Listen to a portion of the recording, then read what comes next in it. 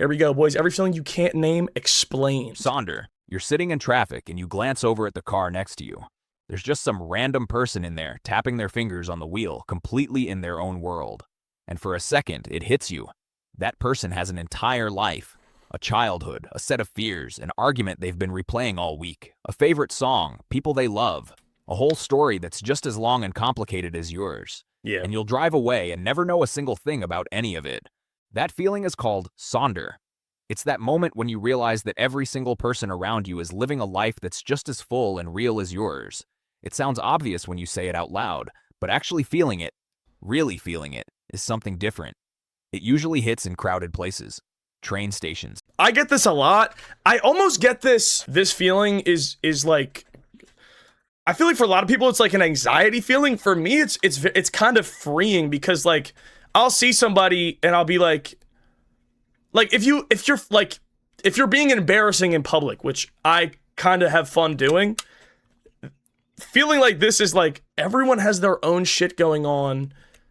No one's worried about you. You know what I mean? Like nobody gives as much of a fuck about you as you do. And honestly, that kind of helps me with streaming sometimes too, and just like fully freely being myself and not worrying about anything. Because I'm like, at the end of the day, like I know that you guys enjoy my content and my streams, but at the end of the day, like I can do whatever the fuck I want, and you guys all have your own lives and your own shit going on. And that's why when people come to stream, they're like, sorry, I missed stream. I'm like, I could never expect everybody to be here all the time. Like that'd be crazy. Like you guys all have your own lives and stuff, and like, you know, just the fact that people would even show up to my streams is the blessing in and of itself. You know what I mean? But it's super freeing just being like, no one actually cares as much about you or what you're doing as you think. Even if they like have like a weird reaction to it. Like think about like a time somebody did something like embarrassing in public around you, or like yelled in public to try to like be funny, and you were like, oh, this dude's, even if you were like, this dude is being so fucking annoying right now, holy shit, I guarantee you don't even remember. You don't even, like, I have definitely felt that, and if you asked me to like name a time, I really couldn't, because like everyone just has their own life. Even if they're annoyed in the moment or like are like judging you in the moment, but in 2 days they're gonna have so much other shit going on. It's so inconsequential. You know what I mean? We are doing advice for him tonight. YY, I got you. Don't worry. We are. Busy streets, airports. Your brain tries to actually grasp But I that hate being late to your streams. You're such a cool good guy. Tears of joy, heart hands. W Smooth. Thank you, bro. face you see is a whole person, and then it kind of gives up because the scale is too much. It's one of those feelings that's hard to describe as either good or bad. Also, I don't know if this, I feel like this kind of relates to this, but sometimes if I'm meeting new people and I'm in a group of people, I sit back and realize like to them, I'm just a face in the crowd. To me, like I'm the main character of my story. Like my face is the most recognizable to me, along with like my close friends and family. To them, I am just like an undiscernible face in the crowd. Like I'm just like everybody else. And that's so interesting to me, because I'm like, I know everything about me and I know the people around me do, but like if I'm just walking around in public, I'm just a guy. And they could not pick me out of a crowd. You know what I mean? Like if you saw me once, twice, 3 times and didn't know me, and then they were like, you just saw this guy 3 times. Who is it? Might not even know. You know what I mean? I can never care much about others, to be honest. It's hard for me to sympathize with anybody. That's probably messed up, but that's just how I function. Like on a mass scale, or just like, are you just saying in relation to how much you care about yourself? I mean, I think it's a good thing to have. Yeah, on a mass scale, I mean, I don't know. I think everybody kind of has varying ranges of empathy or sympathy or whatever, but I wouldn't say, I don't think it's a bad thing to have it. You know what I mean? I can care for others individually 100%. Yeah. Okay. Well, yeah. There we go. It's just big. Hi, Wreath. Hi, Wreath. I don't know what this You is. probably know what nostalgia feels like. That warm, slightly sad pull toward the past. But there's a version of it that goes a step further, where you're not just missing a time, you're missing a place, or a feeling, or a version of your life that doesn't exist anymore. And the hard part is that even if the place still exists, the thing you're actually missing doesn't. You can go back, but it won't be the same. In Welsh, they call this Hiraeth. In Welsh? Yeah, that's me! Frankie Welsh, that's me! It's a longing for home, but a home A deep, wistful longing for a home you can't return to. you can't return to, or maybe one that never quite existed the way you remember it. Welsh speakers will tell you it genuinely doesn't translate into English. Not because they're being dramatic, but because we really don't have a word for it. People feel it for their childhood neighborhood after it changes, for the early days of a relationship. I feel like this is just like nostalgia reworded, though. I guess it's just more place specific. Again, like they said, it's not, we don't really have a word for it. But yeah, what's like something y'all have like Hiraeth for? I feel like for me, dude, low key, and this is like a silly one, but like even something as simple as like the old room where we first started filming skits, like at my mom's house. Like when I think about that room and like making the videos there, it's just got this like yellow glowy tint to it when I think about it. Xbox 360 split screen Minecraft. Oh, dude, the Xbox 360 Minecraft definitely has that. Or like Black Ops 3 has that. 2016 has that yellow tint in my memory. Time out DDK for 60 seconds. Low-key, my Hiraeth is playing Battlefront 1 with my friend. Genuinely one of the happiest moments. Yeah. I think the coolest thing about these feelings, like nostalgia and Hiraeth, is like the thing that makes it not as hard to swallow, because I feel like some people can get like super caught up in that feeling of missing that time, is like everyone has it. Like it's not just like everyone has that feeling and joy related to those times. And I think realizing that is like, oh, wait, if I'm having that feeling for a past, I could theoretically be in it right now. Like I want to go back, but I might be making it right now.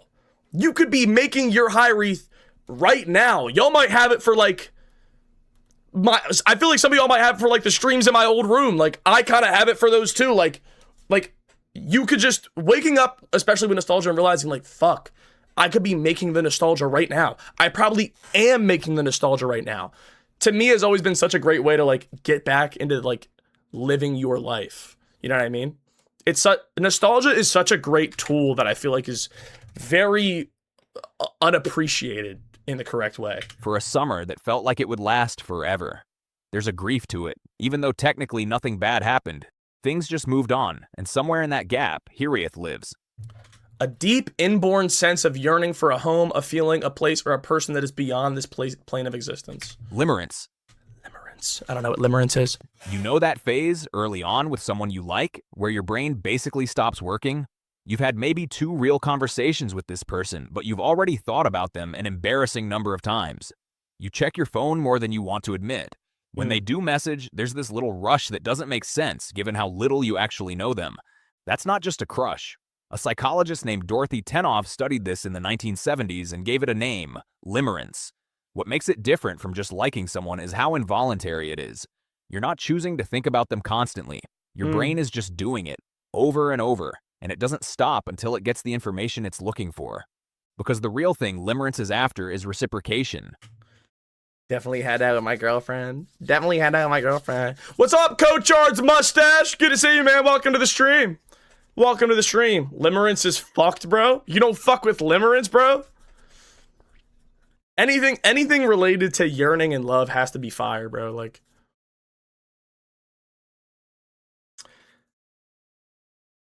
I used to have this, but I grew over it. Yeah, I think like just depends on who you're having limerence. Like I mean, I don't know. I feel like I still kind of have limerence for my girlfriend. I mean, I just love my girlfriend. But there are definitely times where like I'm thinking about her for like full days and like I just hung out with her. You know what I mean? But I guess it's early stages. That's what they defined it as. Is it weird I get this for shows? I think you just like shows. I think, well, honestly, based on the definition, like, if you watch a few episodes of a show and then all you can do is think about the show, does that classify as limerence? Perhaps. I don't see why not. It's not just about the person, it's about whether they feel it too. Every small thing they do gets read into. A fast reply means something. A slow one means something else. The moment the uncertainty disappears, either they like you back or they don't, the feeling tends to fade pretty quickly, which tells you a lot about what it actually was. So it's more based on the... Okay, I really wasn't listening. Limerence is based on the the unknowing of the reciprocation of those feelings. I definitely had that early on though, because like everything you're doing, you're really trying to make all the right moves. You know what I mean? You're thinking about everything so fucking locked in. Yeah, I get that for sure. I think some people also just like...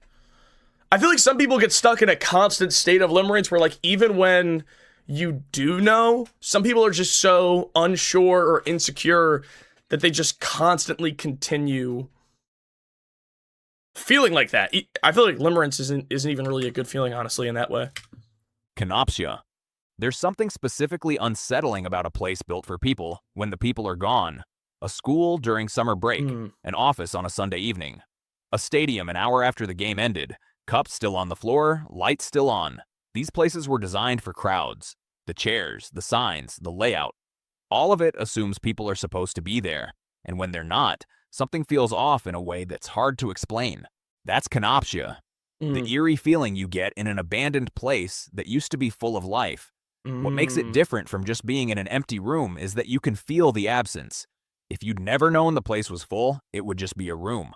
But because you know what it's supposed to be, the emptiness has a texture to it. Yeah. People get the same feeling from old social media profiles. Dude, that was like...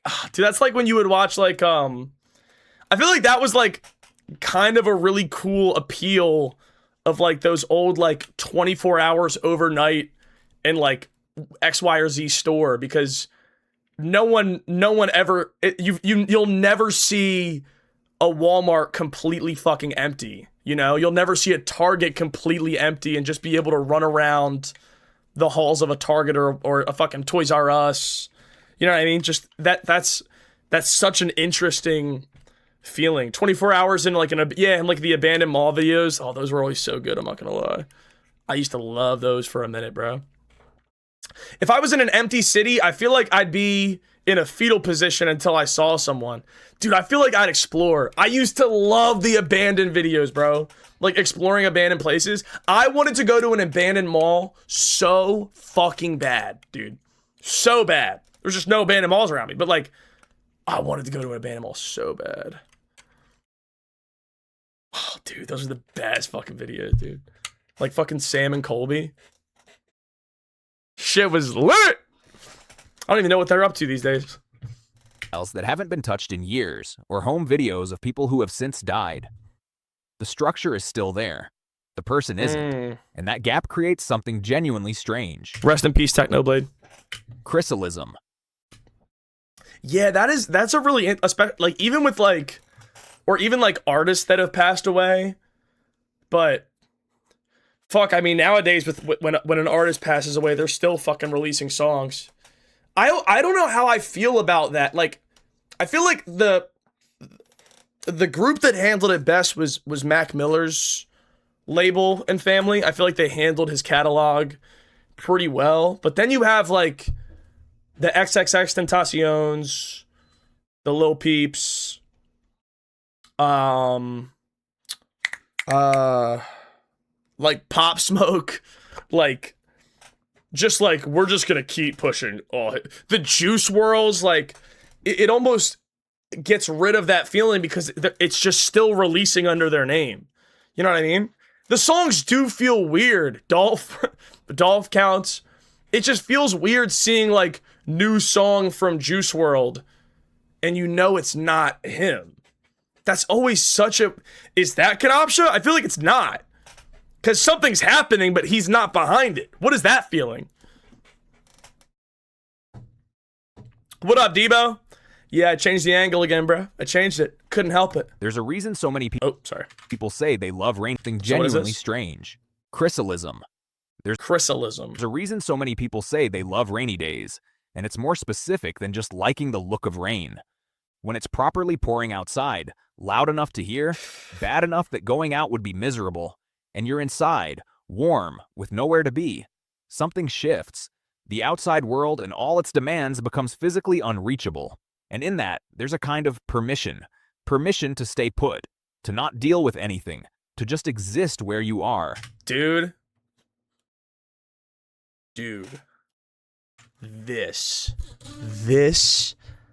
I think I chase chrysalism, this feeling, maybe harder than any other feeling sometimes.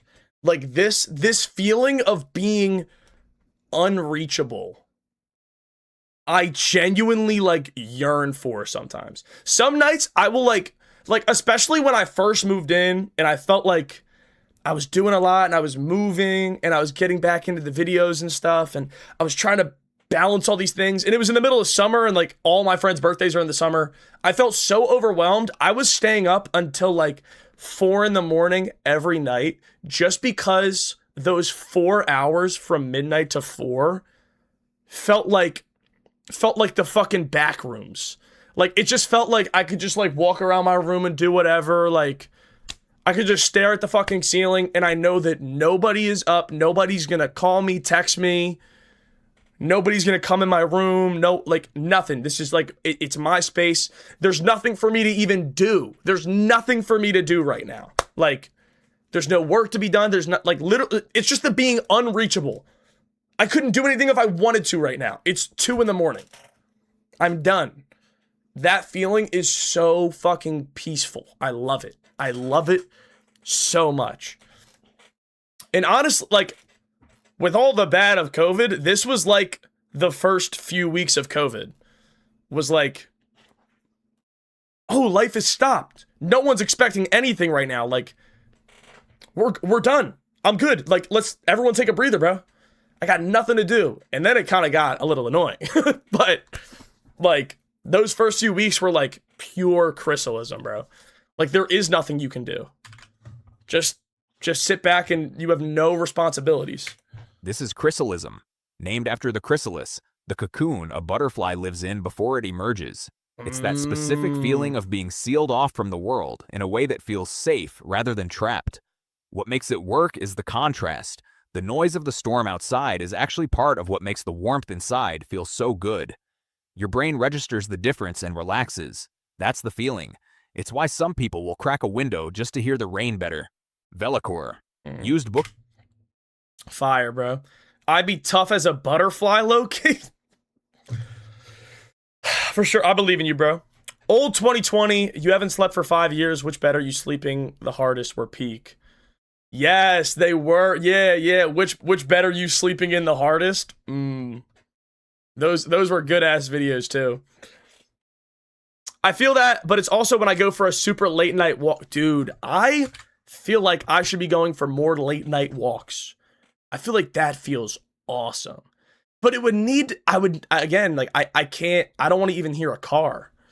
Like, the comfort of my room is because, like, I can hear nothing outside.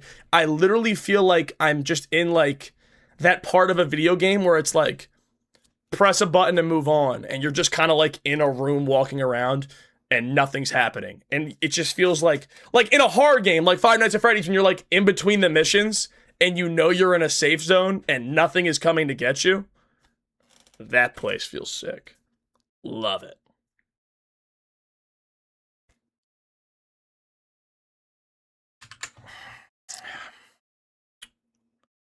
DDK. Shops have. So what is this, Some people Velocore? will crack a window just to hear the rain better. Velocore. Used bookshops have an atmosphere that's hard to put your finger on. It's not just the smell of old paper, though that's part of it. It's something about the objects themselves. The fact that every book on those shelves has already had a life before it ended up here. Someone bought it, maybe read it cover to cover, maybe didn't. Left a receipt inside as a bookmark. Dude, libraries are... And like antique shops too. Antique shops, I feel like, is gonna hit the nail on the head with this too. Or underline something that meant something to them at the time, and then for whatever reason, it got let go. And now it's here, available again, waiting for someone new. Velocore is the word for that feeling. The quiet, slightly sad atmosphere of used bookshops and secondhand stores. Places Yeah. full of objects that used to belong to someone's life and now don't. There's a melancholy to it, but it's not a heavy one. It's more like a soft reminder that time passes. I feel like this feeling is just like objectified Sonder, no? Like you're looking at all these old items thinking about how they've all had their own story, their own life, where they've been, who they belong to. It's just object Sonder. I don't really get like a melancholy feeling about, well, I guess kinda. I guess. But to me, it's just more interesting. Like, it's cool. Antique shops are so dope for that. I love a good antique shop. I will say though, sometimes the smell in an antique shop just smells like an old attic, and it kind of gives me a headache. But I get this feeling a lot. This is a cool feeling. Things change You've been following for 9 months. Happy 9-month anniversary, bro. hands, and the world is full of small histories you could spend a lifetime discovering. Monocopsis. Dude, that's the world is full of small mysteries you could spend a lifetime discovering. I don't know, they might go over this, but I want to know what the feeling is. Again, it is related to Sonder, but just the feeling of knowing that if I met a new person every second for the rest of my life, I couldn't meet everyone is crazy to me. Let me just double check I'm right. Hang on. So, assuming I live seconds in a year, how many is that, bro?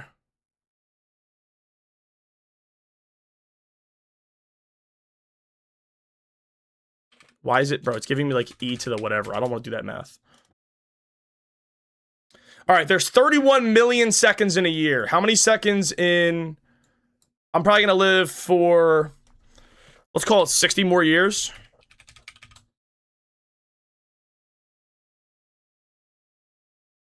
Bro, can you just like...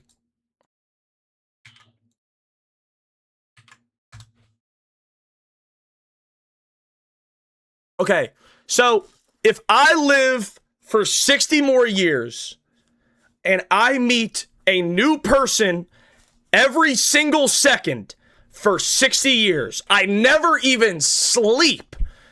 1 second. Hi, how are you? Hi, how are you? Hi, how are you? Hi, how are you? Every second until, assumingly I die at 83. How many people do you guys think I will have met? Quick guess off the top of your head. If I met a new person every second for 60 straight years. 12? I mean, I want to ban you so bad.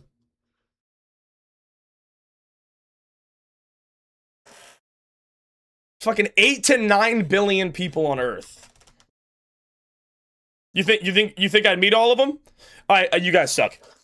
If I met a new person every second for the rest of my life, I would only meet 1,893,000,000 people.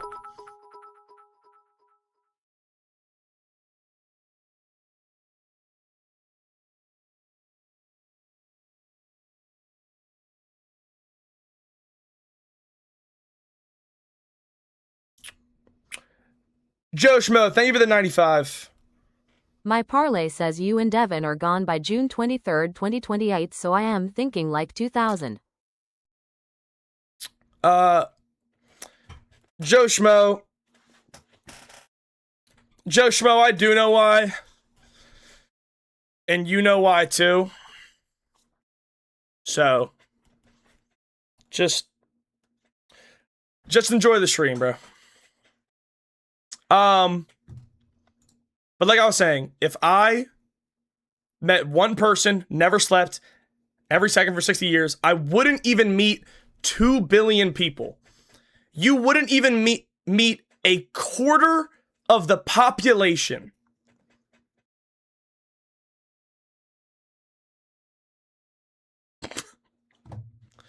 All right, bro. Like, all right, bro.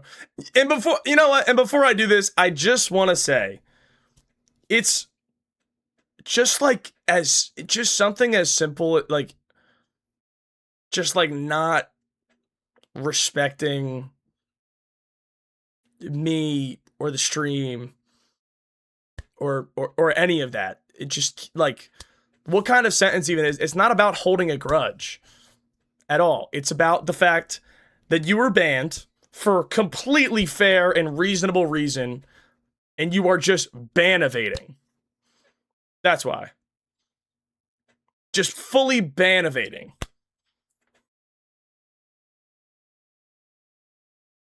And then be like, I don't know why you holding a grudge. Like, respectfully, I'm not doing that. It's been 50 days. Oh, you're right. Okay. I'll unban you now. Here, let me just go ahead and unban you.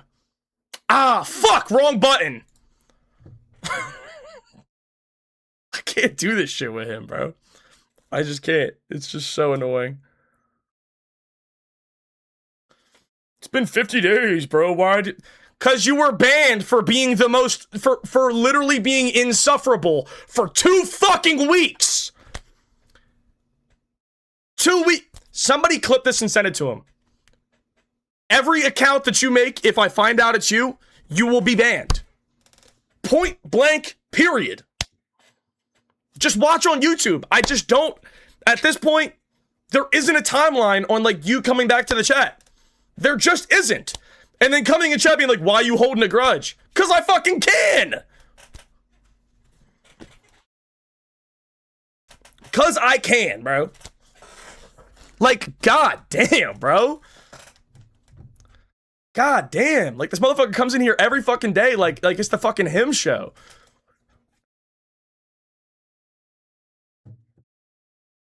You're good, Nasser. I believe you. Like, God, all right, anyway. Back to what I was saying. Back to the point I was trying to make about, I don't know what the feeling is for knowing that even if I tried to meet everybody on Earth, I could never meet everybody on Earth. Like, there will literally... You could never meet every single person on Earth. You couldn't. If there was all 8 billion people in one place, and you, like, ran through trying to meet everybody, you wouldn't make it.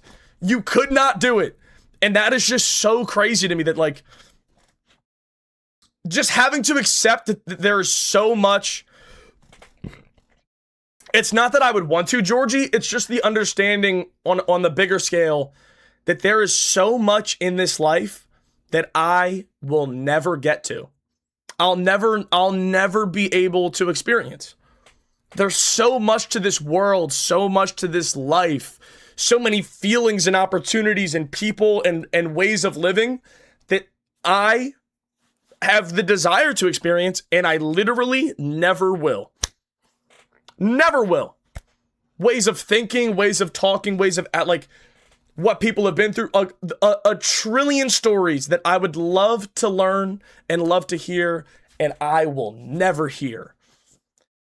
Like, the feeling that, like, theoretically, your favorite song of all time might not even be made yet, like, would be your favorite song, you might never even hear. You know what I mean? Like, maybe the song for your brain that would be the favorite by far and mean the most to you by far, you literally might never, actually almost more than likely, never hear. Is crazy to me. It's such a cool thing to think about, but also it's another one of those pieces of thought that kind of makes me just appreciate life more. Puts me back in my center. You know what I mean? You're at a party or a work event. So what is this one? Lifetime discovering. Monocopsis. Monocopsis. You're at a party or a work event or some gathering where everyone seems comfortable and the conversation is flowing. And you're fine. You're talking to people, you're smiling, nothing is technically wrong. But there's this low-level, constant feeling that you're slightly off. Not unwelcome. More like a piece that doesn't quite fit the puzzle it's been placed in. Monocopsis is the word for that. The subtle, persistent feeling of being out of place. What makes it different from just being shy is that it doesn't really go away once you relax or warm up. It's more like something about your frequency doesn't match the room, and no amount of adjusting closes the gap. People who feel this regularly tend to have the same quiet thought underneath it all, that somewhere there's a room they'd walk into and it would just work, where fitting in would be effortless, where they'd stop noticing the gap. Most of us spend a decent amount of our lives looking for that room. I feel like I get that sometimes, but mainly in rooms where it's like I've gotten that going over like friends' families' houses, maybe. You know what I mean? Where it's like their whole family, and like I'm just kind of like there, and like even if I'm getting along with everyone, it's like, yeah, but I'm not a part of the family, so it's like, you know. And that's not even necessarily that bad of a feeling. There's just some places where like even if you're getting along with everybody and stuff, you know, like everyone knows the difference, and it's like you're not a part of that group, but only like there, really, like, or I don't know. It's not always like a bad feeling for me necessarily. It's just something that I never, like when you said that people have that thought of like there's a room somewhere where I could walk into and it'd be good. I don't really have that. It's just sometimes I just like, it's just a sense of like reading the room, like art. I don't know. It just really varies on the room, I guess. This one low-key just seems like an insecurity in who you are and more worried about being just like everyone else. I guess you could view it like that, but like I definitely understand that like it feels like going over like if it, like when I first started dating my girlfriend, I went over her family's house for like Thanksgiving or Christmas, right? And I'm just kind of meeting everybody, and I'm talking with everybody. We're all getting along. It's like, are you still on the motions vid? We're on every feeling you can't name explained. I don't know. It's not even like an insecurity feeling. It's just like, okay, this is, even when I'm comfortable, it's like still just trying to get to know everybody and emotions. There you go. Wait, you have a girlfriend? What about us?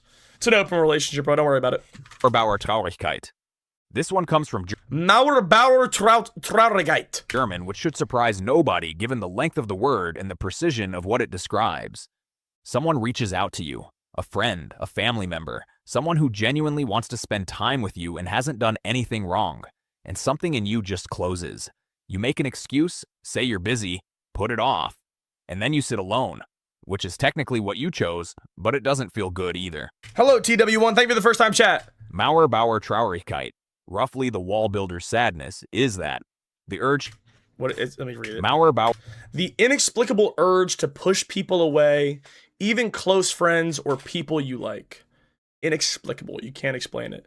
I joined. This first thing I hear is Germany getting roasted. Mauerbauer-Traurigkeit. Like 60% of my family, for real. Yeah, I mean, like you said, it's inexplicable. But yeah, I feel like I guess it really is inexplicable. If I had to try to explain this feeling, because I feel like I've definitely had it before, I guess it's just kind of just relates to not wanting to do anything. Like I just, even if it is weird, because sometimes like I feel like I'm just comfortable doing nothing, and then when I like commit to doing something, I'm like that's like a change, and like I'm not even in the mood for a shit. Like I'm cool doing nothing. I don't even feel like it's like the urge to push people away necessarily. Like maybe sometimes it's just because like I want to be alone, but I feel like normally that urge has an explanation. You know what I mean? Sometimes I think it's just hard to confront. I do this with my girlfriend on the weekends, like every 3 months. I think in most relationships, you should be, like, people should definitely take some time to themselves, you know what I mean? Just because, like, you're with your person, even if they're, like, your other half, you still got to focus on your half sometimes, you know what I mean? I've gotten a lot better about this because I always have a good time when I go out, and I know that, but there's still that feeling I get when I feel like I should just cancel even when I want to see those people. Yeah. No, I get that for sure. Yeah. Canceling is fun sometimes too. But yeah, I don't know what it is. Sometimes like I have that thing where like just making plans is like annoying to me. I don't know. I love not having plans. Oh, I fucking love not having plans. I I don't know why. Like, not having plans, not having shit to do, kind of fucks. And, like, having plans fucks. But not having plans? You know what I mean? I don't know. It really depends. Or Traurigkeit, roughly the wall builder's sadness, is that the urge to push people away even when you don't really want to. What makes it different from just needing alone time is the involuntary quality of it. It feels more like a reflex than a decision. Yeah. And then there's the loneliness that follows, the particular kind that's hard to complain about because you created it yourself. On a more Yeah, that really is the weirdest thing, too, because then you're like, you ever, like, have, like, I've had, like, my friends or something, like, beg me to go to something, and I'm like, I'm not feeling it. And I think a part of me kind of likes when people, oh, perfect. Oh, perfect. Yeah, perfect. Dead camera, perfect. Love that for me. I don't even know what I was saying. Forget it. Oh! What I was gonna say is, like, when people are, like, trying to convince me to do something, I feel like I really like trying, like, when people try to convince me to do something, but even if I don't want to do it, a part of me just, like, even if I can be convinced, I kind of like dragging it, you know what I mean? I don't know why. I just like when people want me to do something enough to convince me to do it. And then when people are like, all right, whatever, bro, you could stay home. And then I stay home, I'm like,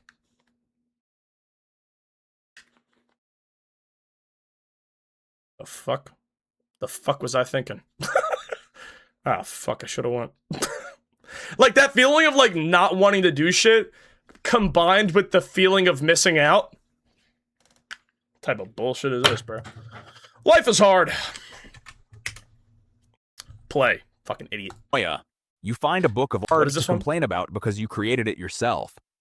On a Moya, you find Anamoya. a book of old photographs, or stumble on some footage of a city street from the 1970s, or watch an old home video with those washed out colors and the slightly wrong aspect ratio, and you feel this pull toward it, a longing for that time, that look, that pace of life, which doesn't make much logical sense because you weren't there. You have no memories of it. There's no real reason to miss something you never had. And yet the feeling is real and it's pretty common. It's called anamoya, nostalgia for a time you've never known. The reason it happens is pretty straightforward. Old media only shows you the good stuff. The photos that got kept were the nice ones. I don't really know. Ha, perfect. All right, let's get back to the video. But like I was saying, this feeling is the nostalgia for a time that you never experienced. I don't think I have that, really. I don't know. Sometimes I'll look at, like, maybe, like, the 90s. Like, no, I mean, or, like, maybe, like, the 80s look really cool. But everything before that, definitely no. Like this shit, I'll tell you what, I do not miss this. I mean, I do not miss this time at all. But, like, sometimes, some shit just looked cooler in the 90s. I don't know. Weren't you, like, 10 in the 90s? No! Lives tends to be celebrations. The photos that got kept were the nice ones. The footage that survives tends to be celebrations and ordinary days that someone thought were worth recording. You're not seeing what it was actually like to live then. You're seeing the highlight reel, filtered through an aesthetic that now feels warm and familiar. What you're really longing for is probably simplicity, and the past just happens to be the easiest place to project that onto. It's also different, and I think people crave new experiences and shit that is different from whatever they're experiencing right now. Like, all the old cars are different. Everything was different, and people love change. I like that people, like, love and hate change at the same fucking time. People are so scared of change, and yet they fucking desire it so badly. Food was hella better. I don't know, bro. Food's pretty good right now, bro. You ever had Raisin Canes? Dude, you ever had Raisin fucking Canes, bro? If they had Raisin Canes back then, aren't you in that photo? You hear about that really deadly disease on that ship? I did hear about that disease on the boat, bro. That shit is crazy. I feel so bad because if I was on that boat, bro, I'd be so scared. But they cannot come on land. Like, respectfully. Like, that shit is crazy. 40% mortality rate. If you guys haven't heard about it, there is a cruise ship that is being not allowed to dock in any country because there is like a new disease spread by rats that 6 people on the boat got, and it has a 40% mortality rate. So like you're basically coin flip dying. Yeah, the hantavirus. And people are like making videos on the boat like we're not just a news story, like we're people. Like, I get it, bro, but like, yo, I mean, come on, bro. What you want us to do? Like, come on. Yeah, 3 people have died from it already, which is so fucking sad. But like, that shit is so pain, bro. I feel so bad, but like, that shit's just terrible, bro. But like that. Is it highly contagious? They don't really know yet, but they know that it can be spread from human to human, but it's more commonly spread from rat to human. So even if they get rid of the rat, they still have to like figure out how easily spreadable it is from human to human. Because like, what's contagious? What are we talking about? The hantavirus. There's like a cruise ship that's being not allowed to dock anywhere because 3 people have died from this virus that's like has like a 50% mortality rate. It's crazy. We can talk about it in a little bit. I can look into it in a little bit. Oculism. Sometimes, Oculism. usually when you're tired or staring at the sky too long, you get this sudden, uncomfortable sense of how small you are. There are 8 billion people on this planet right now, all doing something. The universe is so large, the numbers stop meaning anything. You are one person in one place, in one tiny window of time, in a history that goes back billions of years. And yet somehow, the thing you said at work last Thursday is taking up most of your brain right now. That feeling is called oculism, the awareness of how small your experience is compared to the actual scale of everything. This one is just so common. Some people find it freeing, like the pressure comes off when nothing matters that much in the big picture. Others find it unsettling, like the floor briefly disappearing. Most people find it both, depending on the day. Either way, it tends to show up uninvited and leave on its own schedule. Yeah, I feel like for me, it's definitely more of a freeing feeling. I guess it is kind of a little bit of both, though. You know what I mean? Like, it is. You definitely have that sense of like.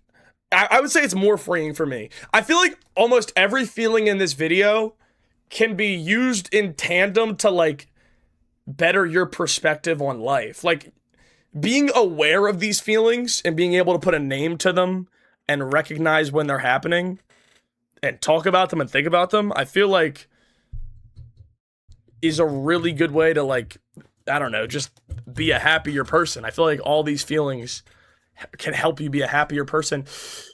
All these people, and I'm the only one gooning to Frank. Love it, bro.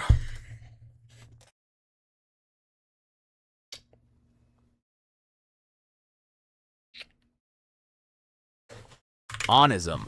You're going to live one life, one timeline, one body, one sequence of days, and at some point that becomes very real to you.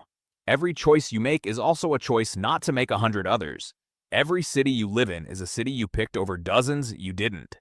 Every path you take closes off paths you won't. The life you're building is, by definition, being built at the cost of every other version you could have had. Onism is the frustration of being stuck in just one place and one life. The awareness of how little of the world you'll experience. Was I not just saying that shit? I have this a lot, but not even necessarily about the things that I'm like, when I make a decision to do something, I'm not thinking, oh, I could have done 10 million other things. Like, it's more of just the fact that, like, there is so much to this world. And, like, I like to think of it in the sense of, like, everybody's an expert in something. And I'll just never, like, someone is literally a complete expert in a field that I will never even know about. Like, making, like, wooden bowls. Somebody is, like, the GOAT of making wooden bowls. And I'll just never even know how the fuck they do that shit. Like, and I never, and that's, and I, like, it, you have to be okay with that. Or you just go learn about wooden bowls. But there's shit that you'll never know. People that you'll never meet. You know what I mean? This camera kind of makes Frankie look like when your girlfriend puts on a fuck-ass filter and takes a pic of you and your skin is shimmering. Do I look pretty? Frankie is the GOAT of small streamers. Thanks. I try to be, twin. The GOAT of small streamer. Honestly, that's a hell of an achievement in and of itself. When am I not a small streamer anymore? What's the number? Like 100 concurrent? I feel like that's still pretty small in terms of the scale. Chronicle, you need to calm down. The quiet awareness of how much you're missing simply by being here, living this version. 1,000 viewers, you think? I think like 500 to 1,000 viewers, you're not really a small streamer anymore. You're rather pretty than decently any sized. of the other ones that were technically available to you. It tends to show up when you're reading about a place you'll probably never visit, or watching a documentary about a completely different kind of life and feeling the gap. The internet has probably made this worse. You've never had such easy access to evidence of all the lives you're not living. Every corner of human experience is one click away, which is incredible, and also sometimes a lot to sit with. Yeah. Because no matter what you choose, you're always aware of everything you didn't. Yeah, you literally, you cannot. Oh, that's the end of the video. That's literally the video just ended and moved on to the next one. W videos, shout out Brainosophy for that video. Yeah, for me it's not even like, I don't know. Do you guys have it with decisions? I don't have that feeling of like I decided to make videos and do streaming, but like I could have went to school for engineering. Like I don't know. It's more just like there's a country I'm not going to visit probably. Like there's places I'll never see, buildings I'll never see, like whole works of art that people put their life into that I'll never know about. Like I have some regrets, but not in that fashion. Yeah, I'm not a very regretful person. And also like I'm just such a believer in like if I say and believe that I truly love my life as it is right now, how could I ever have that feeling for a different life or like wish that I did things differently? Even down to the smallest minute details or the biggest regrets in your entire life. If you truly can get to a place where you love who you are and who you've become, you can't ever regret, I feel like, because that got you to where you are. I regret everything, bro. Like, even if I don't say bye to someone or like a stream, I always regret it and feel bad. I think, so in terms of like, I think short-term regrets are different from long-term regrets, right? Like, being like, I probably should have fucking like, I probably should have said bye. I should have done this. I should have done that. Like within like a month, that makes sense. I'm talking more of like when people are like, I wish when I was in high school, like I would have done X, Y, and Z, or like I wish with this one girl, I feel like if you can work on yourself and get to the place of like, I love who I am and where I am, and I love right now, you're being disingenuous to say, I regret all those things of the past. And I think even if you have those regrets, you can still work to get to a place where you love now. And that will inadvertently help you get past those regrets. You know what I mean? Like every single thing, down to the smallest speck, up to the biggest mountain in your life, made you who you are. And if you can learn to love that person, there is no regret. You learn to love those things. And it takes time. Those things have to pass. And the effects of who they make you have to grow and show themselves. But over time, that you can get through it like that. I have so many regrets, but I just say, fuck it. Fuck it, we ball is good too. Fuck everything. Fuck it, we ball is good too. I try to leave all my interactions healthy so I don't have many regrets at all. Yeah, I mean, and at the end of the day, if you have that mindset of like, I'm going to try my best to love myself and right now so I can't have regrets because they got me here. If you pair that with like, I know I'm going to fuck up. I'm, dare I say, supposed to fuck up. like surrendering yourself to the fact that you are going to fuck up a lot, and everybody fucks up a lot. And this idea that like when people make a mistake, it's like it is scrutinized and like you should beat yourself up, and like thinking that you need to be perfect gets you nowhere. You have to surrender to the fact that you're going to fuck up a lot. Maybe even more than you don't fuck up. But you still try. And that's the beauty of the indomitable human spirit. The fuck we ball mindset is peak. Fuck we ball is great. Fuck we ball is great because fuck we ball gets you to the point where you can learn to love yourself. You need that fuck we ball mindset just to get past the quick regrets. Some fuck ups you just gotta forget and go on with your life. Yeah.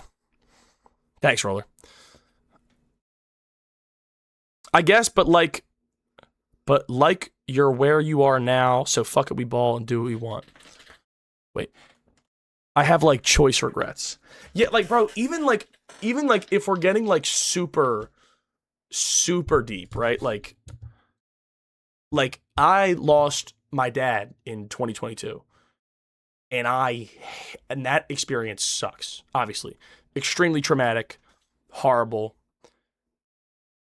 But when I look back on it and all the like, obviously in its nutshell, horrible, hate it, wish I could call my dad. But I wouldn't be here. And if I can truly look at you guys in the eyes and say that I love myself and I love what I'm doing for a living, I wouldn't be right here if it wasn't for that event. So you like it's kind of this balance of like this love-hate relationship for these things in your life where like you can fucking still, you can wish it never happened and appreciate where it got you at the same time.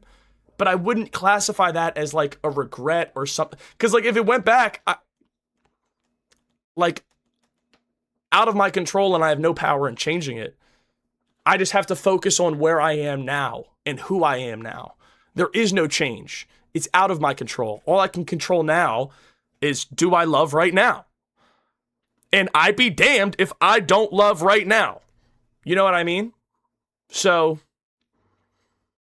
and so much of who I am now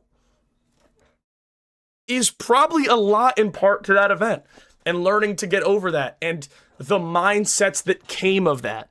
The place that it put me down into to then climb up out of. You know what I mean? I regret reaching out to my dad sometimes, but then again, I never would have matured the way I did or come to the realization that not everyone wants to change. Sometimes bad things are necessary to grow. Yeah, 100%.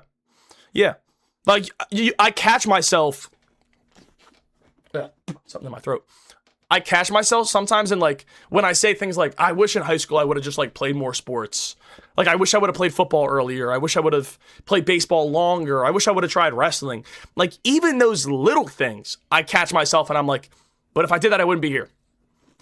If I do that, maybe I don't end up being in the place where I ended up hanging out with my girlfriend for the first time. We went on our first date. Maybe I don't end up dating my girlfriend. You know what I mean? Who I believe is my forever person. Just like those little things, even up to the biggest things if they didn't happen. Who knows where that fork in the road goes? Who knows? You'll never know, and I don't even want to. You know what I mean? Right, what if Devin followed his blockers? You know? What happens to Devin if he scores that touchdown? Does that little bit of confidence propel him to a place where, like, I don't know, maybe Devin's not even friends with us if he follows his blockers. Who knows?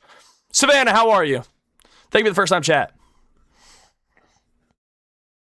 If you don't appreciate the things you've already experienced and accomplished and wallowed in the wishes or I hate this, you're never going to be happy. Exactly. 100%. W talk, guys. W fucking talk. That was a great video. Honestly, dare I say, one of my favorites we've done in Reacts Day. Probably one of my favorite videos we've done for Reacts Day. Shout out Brainosophy. Every feeling you can't name explained. Great video. 10 minutes. Banger. Got to have some good talks about it.